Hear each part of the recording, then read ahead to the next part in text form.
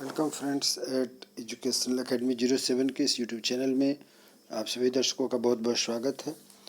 आज के इस वीडियो में हम लोग चर्चा करने जा रहे हैं कि बीएड फर्स्ट ईयर के वैसे स्टूडेंट जो अभी 2024 में परीक्षा देने जा रहे हैं और उनके लिए बहुत कम समय बचा है और कम समय होने के कारण उनके लिए कुछ महत्वपूर्ण प्रश्न हम आपको देना चाहते हैं, जिससे कि परीक्षा की तैयारी कम से कम समय में अच्छे से अच्छे आप कर सकें। पूरे सिलेबस को पढ़ पाना कठिन है क्योंकि यह पेपर आपका 80 नंबर का है। 80 नंबर में अर्थात 5 प्रश्नों के उत्तर आपको देने हैं। एक प्रश्न के उत्तर 16 नंबर के होंगे तथा टोटल 10 प्रश्नों में से किन्हीं 5 प्रश्नों के उत्तर देने होंगे।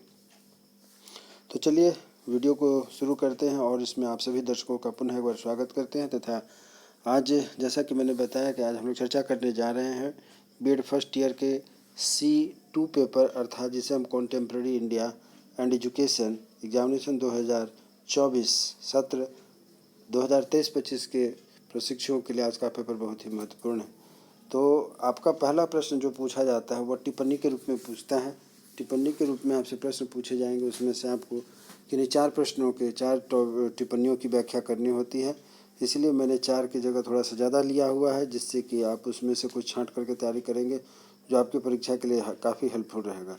तो संक्षिप्त टिप्पणी जो आपकी लिखी जाएगी, पहला टॉपिक रहेगा आपका औपचारिक शिक्षा तथा अनौपचारिक शिक्षा। बी है राष्ट्रीय एकता और शिक्षा। सी है बालक के समाजीकरण में शिक्षा की भूमिका। डी होता है धर्मनिरपेक्षा। ई है लोकतंत्र।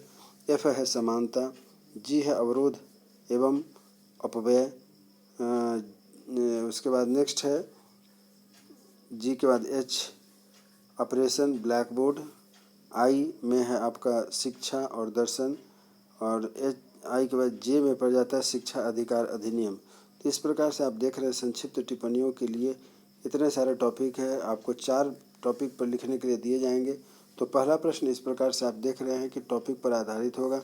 मैंने यहाँ पर आपको करीब करीब 10 टॉपिक दिया हुआ है और आपको इसमें से जो है कि 4 टॉपिक पर आपको इसका उत्तर लिखने के लिए आएगा। अब चलिए आगे बढ़ते हैं कि प्रश्न संख्या 2 हमारा क्या कहता है। इस पर आप लोग थोड़ा ध्यान दीजिएगा। उम्मीद करता हूं कि आप हमारे इस वीडियो को शुरू से आखिरी तक देखेंगे तथा हमारे वीडियो के साथ देखने के साथ साथ चैनल पर यदि नए हैं तो सब्सक्राइब भी करेंगे।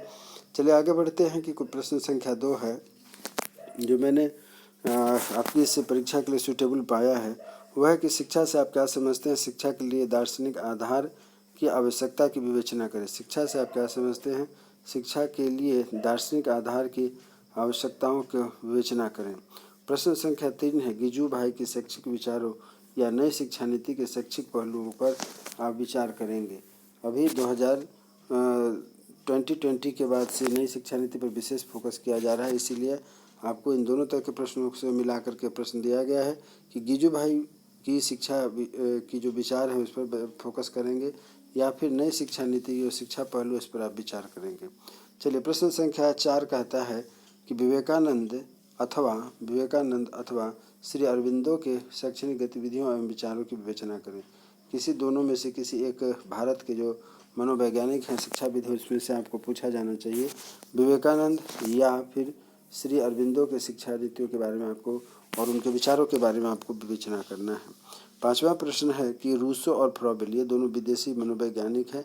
जैसा कि प्रश्न संख्या 4 में इंडिया के जो मनोवैज्ञानिक हैं उसमें से विवेकानंद अथवा श्री अरविंदो के बारे में आपकी उनकी शिक्षण विधियां एवं विचारों को उल्लेख करना। उसी प्रकार जो है 5वां है कि रूसो या फ्रॉबेल के शैक्षिक विचारों या प्रयोगों के विश्लेषण के बारे में वहाँ पर विस्तार से आपको बताना है। दोनों में से किसी एक के बारे में बताना। अब बारी आ रही है कि 6ठा प्रश्न कहता है कि निःशुल्क एवं अनिवार्य बाल शिक्षा का अधिकार अधिनियम 2009 की मुख्य विशेषताओं का उल्लेख करें। प्रश्न देखिएगा, 6ठा प्रश्न कहता है कि निःशुल्क एवं अनिवार्य बाल शिक्षा का अधिकार अधिनियम 2005 की मुख्य विशेषताओं का उल्लेख करें। प्रश्न संख्या 7 होता है कि शैक्षिक अवसरों की समानता को परिभाषित करें एवं इसके संवैधानिक प्रावधानों की व्याख्या करें। शैक्षिक अवसरों की समानता को परिभाषित करें एवं इसके संवैधानिक प्रावधानों की व्याख्या करें। उसी प्रकार प्रश्न संख्या 8 होता है कि प्राथमिक शिक्षा के सार्वभौमिकरण में अपव्यय एवं अवरोधन सबसे बड़ी बाधा है। इसके कारणों का उल्लेख करते हुए समाधान के उपाय भी बताएं। प्राथमिक शिक्षा के सार्वभौमिकरण में अपव्यय एवं अवरोधन सबसे बड़ी बाधा है। इसके कारणों का उल्लेख करते हुए समाधान के बारे में उपाय बताइए। 9वां प्रश्न कहता है कि शिक्षा में प्रकृतिवाद क्या है। शिक्षा में प्रकृतिवाद क्या है, यह आदर्शवाद से किस प्रकार भिन्न है। शिक्षा में प्रकृतिवाद क्या है, यह आदर्शवाद से किस प्रकार भिन्न है। और प्रश्न संख्या 10 कहता है कि शिक्षा के अधिकार के अधिनियम और उनके प्रमुख प्रावधानों की व्याख्या करें। शिक्षा के अधिकार अधिनियम और उसके प्रमुख प्रावधानों की व्याख्या करें, साथ ही वर्तमान शैक्षिक समस्या की पहचान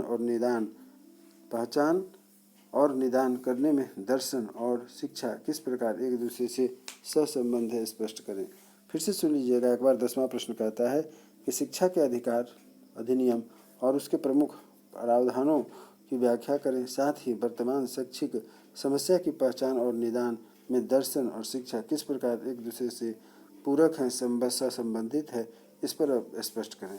इस प्रकार आपने देखा कि यह जो पेपर है C2 का पेपर, यह 80 नंबर का पेपर है और इसमें से टोटल 10 प्रश्न आते हैं, जिनमें से किन्हीं 5 प्रश्नों के उत्तर देने हैं। उम्मीद करता हूं कि यह जो 10 प्रश्नों को जो मैंने आपके सामने शेयर किया है, आपके लिए रखा है, आप निश्चित रूप से इससे समझ करके इस तरीके की तैयारी करके जाएं परीक्षा में, जिससे कि आपका कोई भी प्रश्न नहीं छूटेगा। यह हमारी शुभकामना है तथा हमारी इच्छा है कि आप इस विषय में अच्छा नंबर के लेकर के आएँ। दूसरी बात है कि हमारा यह जो प्रयास है आपको कैसा लग रहा है, तथा आपको अन्य किसी विषयों की यदि प्रॉब्लम है तो वह भी हमें अपने कमेंट्स बॉक्स में जा करके आप अपनी डिमांड को, रिक्वेस्ट को, आग्रह को डाल सकते हैं कि सर मुझे और किसी दूसरे विषय में और भी कुछ हेल्प की आवश्यकता है जो आपके बीएड या डीएलएड से संबंधित हो।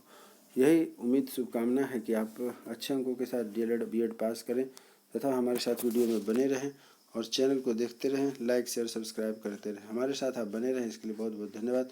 हमारी आपकी फिर से मुलाकात होगी नई वीडियो में, तब तक के लिए नमस्कार, धन्यवाद।